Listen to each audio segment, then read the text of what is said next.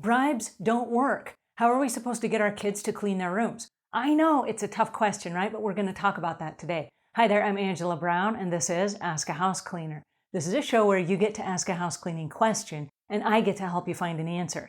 All right, so today's show is brought to us by housecleaning360.com. There are times you may want to hire a professional house cleaner. Maybe it's a gutter cleaner. Maybe it's somebody to come do the landscaping on your yard.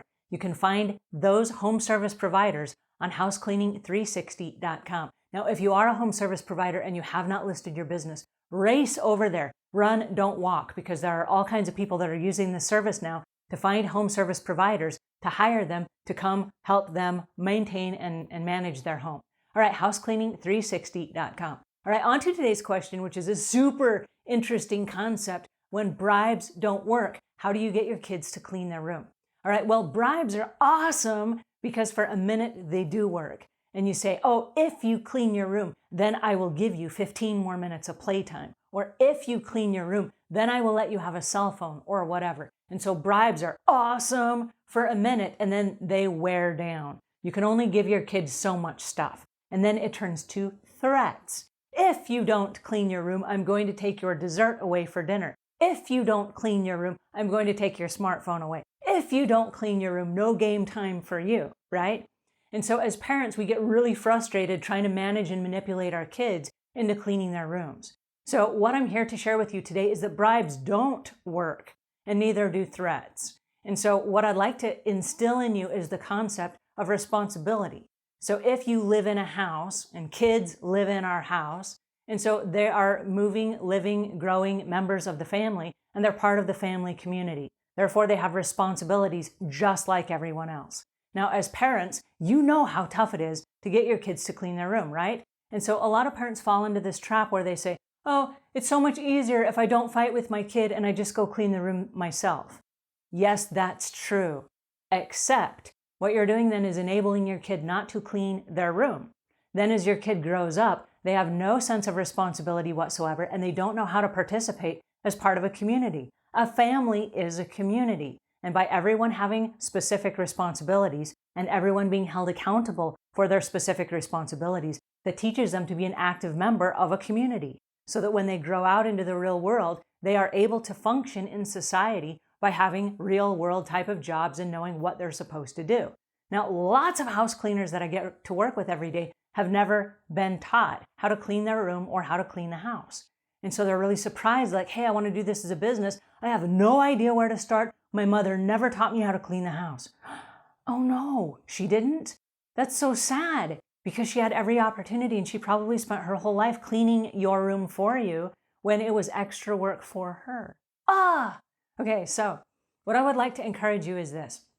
Start a program that encourages your child to be part of the community. And part of the community is to keep their space clean. Now, it's like when you go to the gym and you buy a gym membership and you go, oh, I'm going to do this, right? And you get all gung-ho about it and you decide that you're going to go to the gym and get in shape. So you go to the gym and you buy a new gym bag and new gym supplies and shoes and matching clothes and a headband and all this cool stuff. Then you get to the gym and you work out for 2 or 3 days in a row.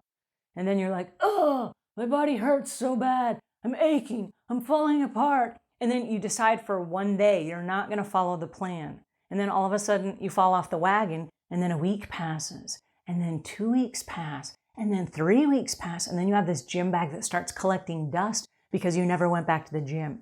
So that very first window where you start a new program is the most important thing, okay? So we're talking about creating a new program for your kids. The first week or two is going to be a challenge. This is completely new for all of you. And it's going to be so much effort as a parent to try to get this to happen. And so as you jump in, you're going to go, oh, it would be so much easier to do it myself. Yes, it will for the first week or two.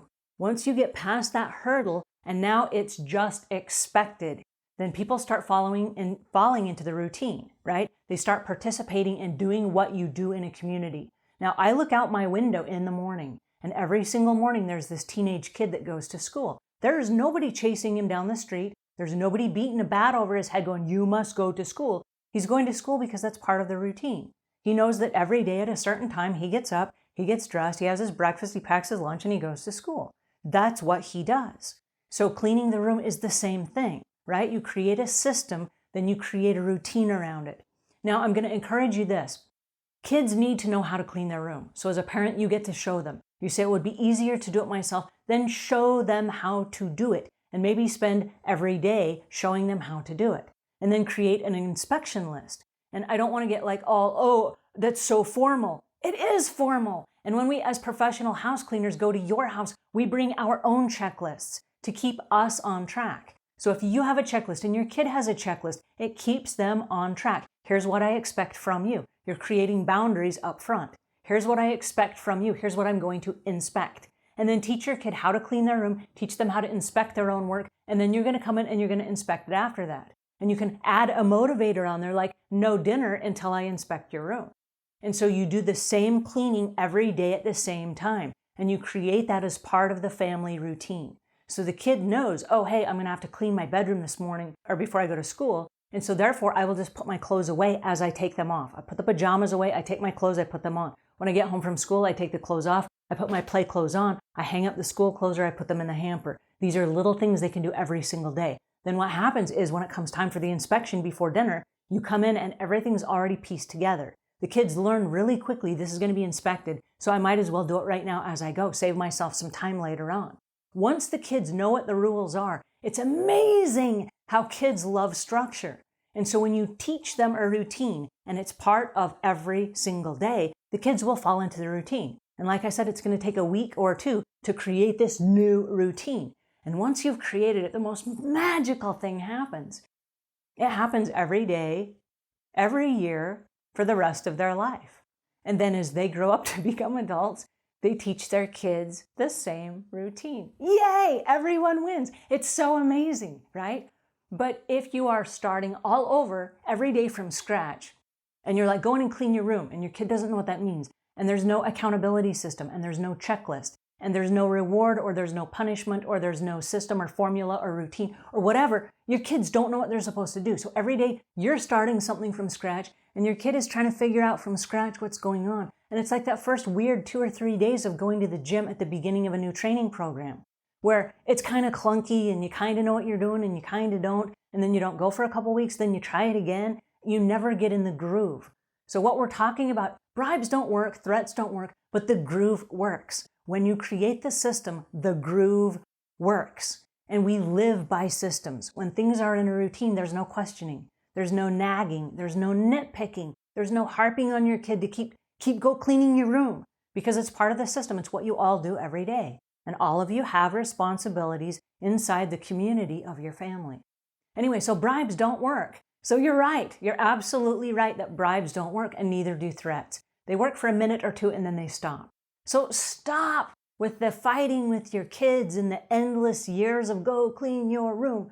Create a system where this is just expected. This is just part of being a part of your family. This is what you do if you live here.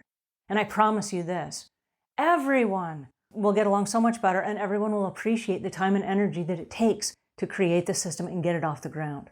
Anyway, keep me posted. I want to hear how this goes for you. I'm super excited about it. We've done this for hundreds of families over the years, and it works. It's a system that works. It's just an expectation. It's part of living in this house. Boom. All right. Leave your comments in the notes below, and until we meet again, leave the world a cleaner place than when you found it.